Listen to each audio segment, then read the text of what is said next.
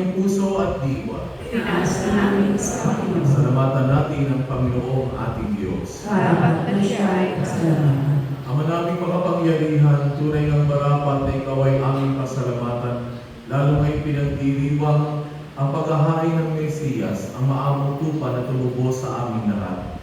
Ang iyong anak na minamahal ay naghain ng sarili niyang buhay, siya ang tupang maamong umako sa kaparusahan upang mapatawad ang kasalanan ng sanlibutan. Sa pagkamatay niya sa banal na krus, ang kamatayan namin ay kanyang nilupig.